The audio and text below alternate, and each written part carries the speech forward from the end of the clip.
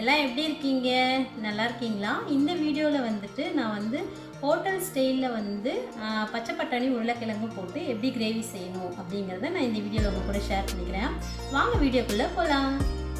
இந்த கிரேவிக்கு நான் ஒரு கைப்பிடி அளவு கொத்தமல்லி தழை எடுத்துருக்கேங்க. 3 பச்சை மிளகாய், மீடியம் சைஸு பெரிய வெங்காயம் ஒன்று கட் பண்ணி, அதுக்கப்புறம் பார்த்திங்கன்னா 4 பெரிய பூண்டு எடுத்திருக்கேன். இஞ்சி அதுக்கு சம அளவாக எடுத்து இதெல்லாம் நம்ம வந்து அரைச்சி எடுத்துக்கலாம். இந்த மாதிரி விழுதாக அரைச்சி எடுத்துக்கணுங்க. இதுக்கு வந்து நம்ம ஒரு கடாயில் எண்ணெய் விட்டு, நான் கடலக்கொட்டை எண்ணெய் தாங்க எடுத்துக்க போகிறேன். நான் ஒரு 3 ஸ்பூன் எடுத்துக்க போகிறேன் எண்ணெய். அதுக்கப்புறம் பார்த்திங்கன்னா 4 லவங்கப்பூ, அதுக்கப்புறம் ஒரு 2 ஏலக்காய். லவங்கப்பூ கொஞ்சம் இந்த மாதிரி பொடிஞ்சு வரட்டுங்க. அதுக்கப்புறம் வந்து 2 ஏலக்காய் எடுத்திருக்கேன். 2 ஏலக்காய் நான் ஆட் பண்ணிக்கலாம். அதுக்கு வந்து பார்த்திங்களா நான் வந்து அன்னாச்சி பூ எடுத்திருக்கேன், 1 பூ எடுத்திருக்கேன். அதுக்கப்புறம் வந்து ஜாதி பத்திரி கொஞ்சம் போட்டுக்கலாம், நம்ம அது ஸ்மெல்லுக்கு தான். அதுக்கப்புறம் பார்த்திங்கன்னா சோம்பு இதில் கொஞ்சம் நல்லா இது பண்ணதுக்கப்புறம் நம்ம சோம்பு ஆட் பண்ணிக்கலாம்.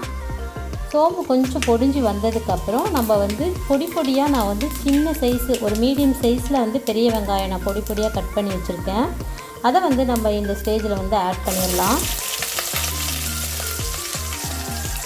அதுக்கப்புறம் பார்த்திங்கன்னா கொஞ்சம் வணங்கினதுக்கப்புறம், வெங்காயம் கொஞ்சம் வணங்கினதுக்கப்புறம் நான் வந்து பச்சை பட்டாணி வந்து இப்போவே ஆட் பண்ணிக்க போகிறேங்க. ஏன்னா வந்து நான் உருளைக்கிழங்கு தனியாக வேக வச்சுருக்கேன், பச்சை பட்டாணி வேக வைக்கல. இது பச்சை பட்டாணிங்க. நான் வந்துட்டு அதை அப்படியே இந்த எண்ணெயிலே வந்து நான் வந்து அப்படியே தாளிச்சிட்டா சீக்கிரம் அது வெந்துடும். ஏன்னா நான் உருளைக்கிழங்கு தனியாக வேக வச்சதுனால நான் டைரெக்டாக வந்து வெங்காயம் கொஞ்சம் வணங்கினதுக்கப்புறம் நான் இதை ஆட் பண்ணிக்கிட்டேன். இந்த எண்ணெயிலே அது நல்லா வணங்குதுங்க. கொஞ்சம் வணங்கி வந்ததுக்கப்புறம் நான் கறி மசாலா சும்மா ஒரு 1/2 ஸ்பூன் போட்டுக்கிறேங்க. ஏன்னா நம்ம பச்சை மிளகாயெல்லாம் அரைச்சி எடுத்ததுனால. அப்புறம் வந்துட்டு பார்த்திங்கன்னா மல்லித்தூள் சும்மா ஒரு 1/2 ஸ்பூன். அதுக்கப்புறம் வந்து கரம் மசாலா ஃப்ளேவருக்காக தான் இது, கொஞ்சமாக எடுத்துக்கலாம். இதெல்லாம் போட்டு கொஞ்சம் நல்லா வணங்கட்டுங்க. வணங்கினதுக்கப்புறம் நம்ம அரைச்சி வச்சோம் இல்லைங்களா, அந்த விழுதை வந்து நம்ம இந்த ஸ்டேஜில் வந்து இங்கே ஆட் பண்ணலாம். இது நல்லா இப்படி நல்லா அந்த தூளோட பச்சை வாசனை போனதுக்கப்புறம் நம்ம அரைச்சி வச்ச விழுதை வந்து ஆட் பண்ணிக்கலாங்க.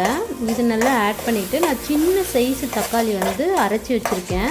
அதையும் இந்த ஸ்டேஜில் வந்து நம்ம ஆட் பண்ணி 2ஐயும் ஒன்றா வந்து நம்ம மூடி போட்டு வேக வச்சிடலாம். கொஞ்சம் கருவேப்பிலை ஆட் பண்ணி இது நல்லா வணங்கட்டும். இது மூடி வச்சு நல்லா வேக வைக்கலாம். பட்டாணியும் இந்த ஸ்டேஜ்லேயே வெந்துடும். பட்டாணி வந்து சீக்கிரம் வெந்துடும்.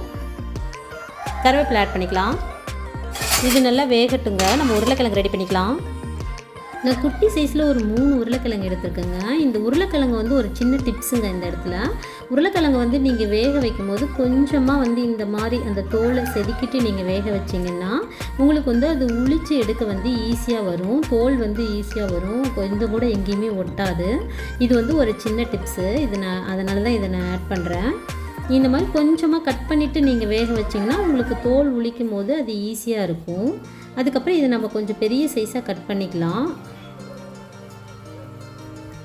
கட் பண்ணிவிட்டு நம்ம அந்த கிரேவியில் வந்து இந்த உருளைக்கிழங்கு வந்து ஆட் பண்ணிக்கலாம். நான் ரொம்ப சின்ன சைஸெல்லாம் கட் பண்ணலைங்க, கொஞ்சம் மீடியமாக கொஞ்சம் பெரிய சைஸாக தான் கட் பண்ணுறேன். நம்ம வந்து இப்போது வந்து கொஞ்சம் தயிர் ஆட் பண்ணிக்கலாங்க. பாருங்கள், நல்லா எண்ணெய் பிரிஞ்சு வந்துருச்சு. நம்ம இந்த ஸ்டேஜில் வந்து ஒரு 2 டீஸ்பூன் வந்து தயிர் ஆட் பண்ணிக்கலாம்.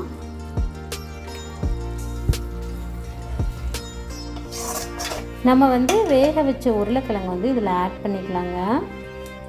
நான் வந்து தம்பி வந்து பட்டாணி சாப்பிட மாட்டாங்க, அதில் நான் அவனுக்கு உருளைக்கிழங்கு தனியாக எடுத்து கொடுப்பேன். அதனால தான் கொஞ்சம் பெரிய சைஸாக போட்டிருக்கேன். நீங்கள் வேணும்னா சின்ன சைஸாக கூட போட்டுக்கலாம். ஆனால் வேக வச்சதுனால கொஞ்சம் பெரிய சைஸாக போட்டால் தான் நல்லாயிருக்கும். கொஞ்சம் நான் இந்த ஸ்டேஜில் வந்து ஒரு 1/2 டீஸ்பூன் வந்து நெய் ஆட் பண்ணுறேங்க. நல்லாயிருக்கும் இந்த ஃப்ளேவர். பாருங்கள், பட்டாணியும் நல்லா வெந்துருச்சு. அவ்வளோதாங்க. இந்த மாதிரி எண்ணெய் பிரிஞ்சு வந்ததுக்கப்புறம் நம்ம வந்து ஆஃப் பண்ணி எடுத்துக்கலாம். இந்த ஸ்ட்ரக்சரே பாருங்கள், ஹோட்டல் ஸ்டைலில் இருக்குது. ஹோட்டல் கடையில் இருக்கிற அந்த கலர்லேயே இருக்குது. டேஸ்ட்டும் அதே மாதிரி தான் இருக்கும். அந்த கலரு, அந்த டேஸ்ட்டு எல்லாமே நீங்கள் இந்த மாதிரி செஞ்சிங்கன்னா சூப்பராக இருக்குங்க. ஹோட்டல் ஸ்டைல்லே இருக்கும். அதுக்கப்புறம் நான் ரக்ஷுக்கு வந்து ஸ்நாக்ஸ் வந்து இன்றைக்கி காலிஃப்ளவர் ஃப்ரை தாங்க ஸ்கூலுக்கு கொடுத்துட்டேன். அதையும் இந்த வீடியோவில் நான் ஆட் பண்ணிக்கிறேன். அதுக்கப்புறம் பார்த்திங்கன்னா இந்த டிஷ்ஷுக்கு வந்துட்டு நான் தம்பிக்கு வந்து சப்பாத்தி தான் செஞ்சு கொடுத்தேன். எல்லாத்துக்குமே சப்பாத்தி தான். நீங்கள் இந்த மாதிரி இந்த ஸ்டைலில் நீங்கள் செஞ்சு பாருங்கள், கண்டிப்பாக வந்து சூப்பராக இருக்கும். செஞ்சுட்டு எனக்கு வீடியோவில் கூட கமெண்ட் பண்ணுங்கள் டேஸ்ட் எப்படி வந்ததுன்னு.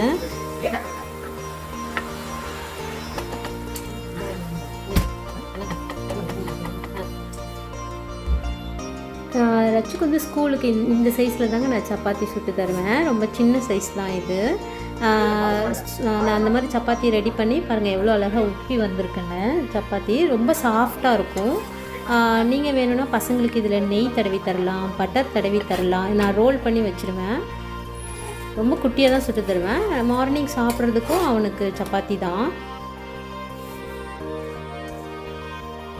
என்னோடய வீடியோ பிடிச்சிருந்தா லைக் பண்ணுங்கள் ஃப்ரெண்ட்ஸ், மறக்காமல் கமெண்ட் பண்ணுங்கள், எனக்கு தொடர்ந்து சப்போர்ட் பண்ணுங்கள். பாய் ஃப்ரெண்ட், அடுத்த வீடியோவில் பார்ப்போம். பாய்.